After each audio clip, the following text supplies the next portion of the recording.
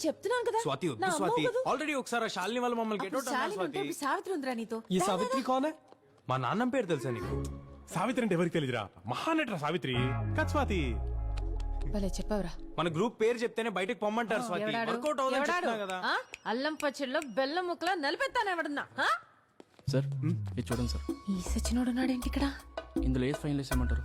నువ్వే రైట్ రా పని అవ్వదు పద పద పద పద వెళ్ళిపోదాం పదరా ఇందాక అల్లం బెల్లం అన్నా తాత తడికిన్నా అరే ఏమైంది అక్కడ కూర్చున్నా పదండ్రా వెళ్ళిపోదాం పద. హే ఆగు. అదిగో పిలుస్తున్నారు కదా హే 1 మినిట్ ఆగండి.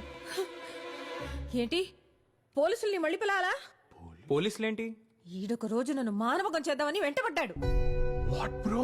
నేను చెప్పేది కాస్త వినండి.